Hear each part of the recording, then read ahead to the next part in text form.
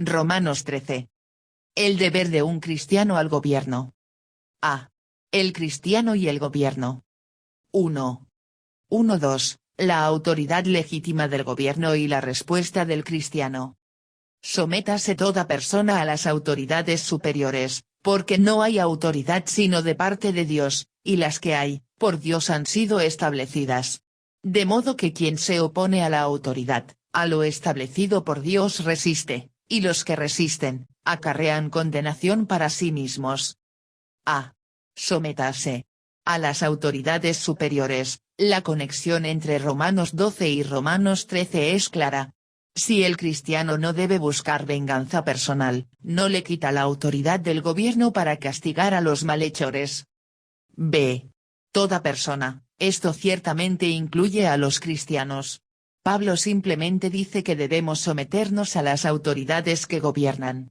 Esto estaba en contraste con los grupos de judíos celotes de aquellos tiempos quienes no reconocían a ningún rey sino a Dios y no pagaban impuestos a nadie sino solo a Dios. C.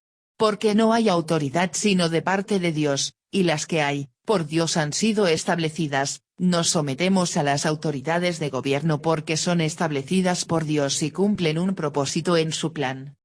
Y no hay autoridad sino de parte de Dios. Dios establece a los líderes de una nación, pero no siempre para bendecir a la gente.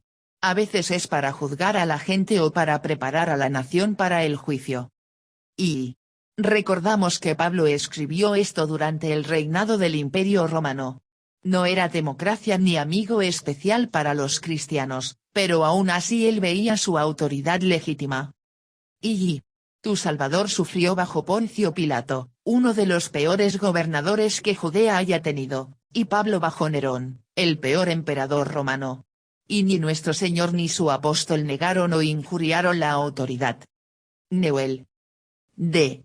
De modo que quien se opone a la autoridad, a lo establecido por Dios resiste, ya que los gobiernos tienen la autoridad de Dios, nosotros debemos obedecerlos, a menos que, por supuesto, nos ordenen hacer algo en contradicción con la ley de Dios.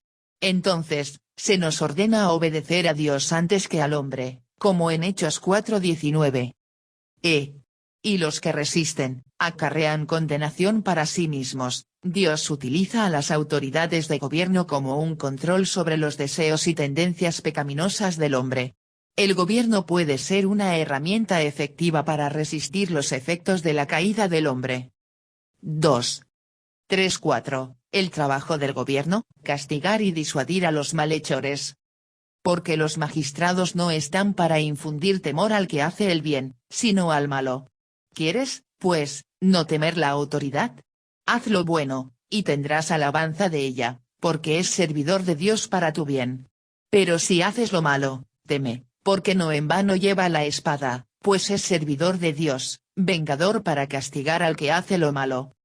Haz lo bueno, y tendrás alabanza de ella. La idea de Pablo es que los cristianos deberían ser los mejores ciudadanos de todos. Aunque son leales a Dios antes de ser leales al Estado, los cristianos son buenos ciudadanos debido a que son honestos, no le dan problemas al Estado, pagan sus impuestos y, más importante, oran por el Estado y los gobernantes. B. Es servidor de Dios. Pablo describe a los funcionarios del gobierno como servidores de Dios. Ellos tienen un ministerio en el plan y la administración de Dios, de la misma manera que los líderes de la Iglesia. Y si los gobernantes del Estado son servidores de Dios, ministros, deben recordar que solo son siervos, y no dioses mismos. C. Vengador para castigar al que hace lo malo. Es a través del justo castigo del mal que el gobierno cumple su función en el plan de Dios de controlar las tendencias pecaminosas del hombre. Cuando un gobierno falla en hacer esto consistentemente, se abre al juicio y la corrección de Dios. D. Porque no en vano lleva la espada. La espada es una referencia a la pena capital. En el Imperio Romano, los criminales eran ejecutados al ser decapitados con la espada. La crucifixión estaba reservada para los peores criminales de las clases inferiores. Pablo, hablando por inspiración del Espíritu Santo, no duda de que el Estado tiene una autoridad legítima para ejecutar a criminales. 3.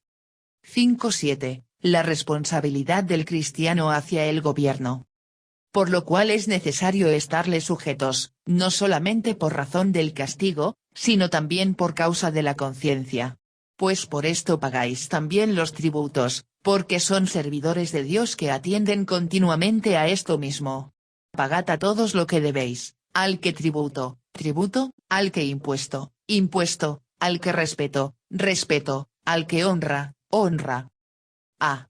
Por lo cual es necesario estarle sujetos, debemos estar sujetos al gobierno, no solamente porque tememos el castigo, pero porque sabemos que es lo correcto de hacer ante Dios. Y, por causa de la conciencia, la obediencia del cristiano al Estado nunca es ciega, obedece con los ojos de la conciencia bien abiertos.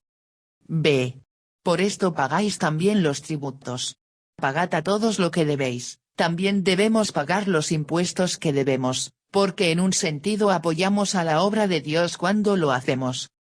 Y, por implicación, Romanos 13:2.6 también dice que los impuestos recaudados deben ser usados por el gobierno para realizar el trabajo de contener la maldad y mantener una sociedad en orden, no para enriquecer a las propias autoridades del gobierno. C. Tributo. Impuesto. Respeto. Honra. Debemos dar al Estado el dinero, el honor y la reverencia apropiada que se le debe al Estado, y todo esto al reservarnos nuestro derecho de darle a Dios lo que se debe solo a Dios. Mateo 22:21. D. A la luz de esto, ¿se justifica alguna vez la rebelión contra el gobierno? Si un ciudadano puede elegir entre dos gobiernos, es correcto que elija y promueva aquel que sea más legítimo ante los ojos de Dios, aquel que mejor cumplirá con el propósito de Dios para el gobierno. Y, como parte de una democracia, entendemos que hay un sentido en el que nosotros somos el gobierno, y no debemos dudar en ayudar a gobernar nuestra democracia a través de nuestra participación en el proceso democrático. B. La obligación del cristiano a sus vecinos. 1. 8-10. La obligación a amar. No debáis a nadie nada, sino el amaros unos a otros, porque el que ama al prójimo, ha cumplido la ley. Porque, no adulterarás, no matarás, no hurtarás, no dirás falso testimonio, no codiciarás, y cualquier otro mandamiento, en esta sentencia se resume, amarás a tu prójimo como a ti mismo. El amor no hace mal al prójimo, así que el cumplimiento de la ley es el amor. A. No debáis a nadie nada, sino el amaros unos a otros, a nivel personal, la única deuda que debemos cargar es la deuda de amarnos unos a otros, esta es una obligación perpetua que tenemos ante Dios como entre nosotros. Y algunos toman esto como una orden de nunca pedir prestado, pero Jesús permitió pedir prestado en pasajes como Mateo 5:42. Eso no es lo que Pablo está diciendo aquí, aunque las Escrituras nos recuerdan del peligro y las obligaciones de tomar prestado, Proverbios 22:2.7. Y podemos pagar nuestros tributos hasta terminar. Podemos dar respeto y honor donde lo debamos y no tener más obligación. Pero nunca podemos decir, he dado todo el amor que necesito dar. El amor es una obligación permanente, una deuda imposible de descargar. Morris. B. Amarás a tu prójimo como a ti mismo. Pablo cita las palabras de Jesús registradas en Mateo 22:2.36-40. Este es uno de los dos mandamientos de los cuales depende toda la ley y los profetas. Y amarás a tu prójimo significa amar a las personas con las que te encuentras y tratas todos los días. Es fácil para nosotros amar en lo teórico y en lo abstracto, pero Dios demanda que amemos a personas reales. Y ningún hombre puede abarcar los extremos de la vida dibujando una línea a su alrededor en el suelo. Ningún hombre puede cumplir el llamado como cristiano buscando únicamente el bienestar de su esposa y familia solamente, ya que estos son solo un tipo de identidad más grande. Spurgeon. C. El cumplimiento de la ley es el amor. Es fácil hacer todas las cosas religiosas correctas, pero ser negligentes al amor. Nuestro amor es la verdadera medida de nuestra obediencia a Dios. 2. 11-14. la urgencia de amar y caminar con Dios. Y esto, conociendo el tiempo, que es ya hora de levantarnos del sueño, porque ahora está más cerca de nosotros nuestra salvación que cuando creímos. La noche está avanzada, y se acerca el día. Desechemos, pues, las obras de las tinieblas, y vistámonos las armas de la luz. Andemos como de día, honestamente, no en glotonerías y borracheras, no en lujurias y lascivias, no en contiendas y envidia, sino vestíos del Señor Jesucristo, y no proveáis para los deseos de la carne. La noche está avanzada, y se acerca el día, debido a que conocemos el peligro de los tiempos y anticipamos el pronto regreso de Jesús, debemos ser más enérgicos y comprometidos a un caminar correcto con Dios en lugar de un caminar dormido con Dios. Y qué importante es levantarnos del sueño. Podemos hacer muchas cosas cristianas y esencialmente estar dormidos para con Dios. Punto centrado. A veces las personas hablan mientras duermen. Punto centrado. A veces las personas escuchan cosas mientras duermen. Punto centrado. A veces las personas caminan mientras duermen. Punto centrado. A veces las personas cantan mientras duermen. Punto centrado. A veces las personas piensan mientras duermen, lo llamamos soñar.